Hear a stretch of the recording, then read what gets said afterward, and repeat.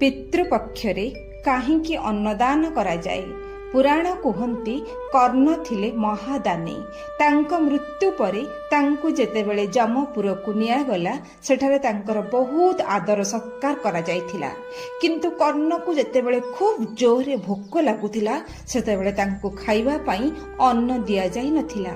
ତା ପ୍ରତିବଦଳରେ ସେ ଦାନ କରିଥିବା ସୁନା ରୂପା ଆଦି ଦିଆଯାଇଥିଲା। ଏହାର କାରଣ ପଚାରିବାରୁ ଯମରାଜ ତାଙ୍କୁ କହିଥିଲେ, କର୍ଣ୍ଣ ତାଙ୍କ ଜୀବିତାବସ୍ଥାରେ ବହୁ ମୂଲ୍ୟବାନ ଦ୍ରବ୍ୟ ଦାନ କରିଛନ୍ତି, କିନ୍ତୁ କେବେ କାହାକୁ ଅନ୍ନଦାନ କରିନାହାନ୍ତି।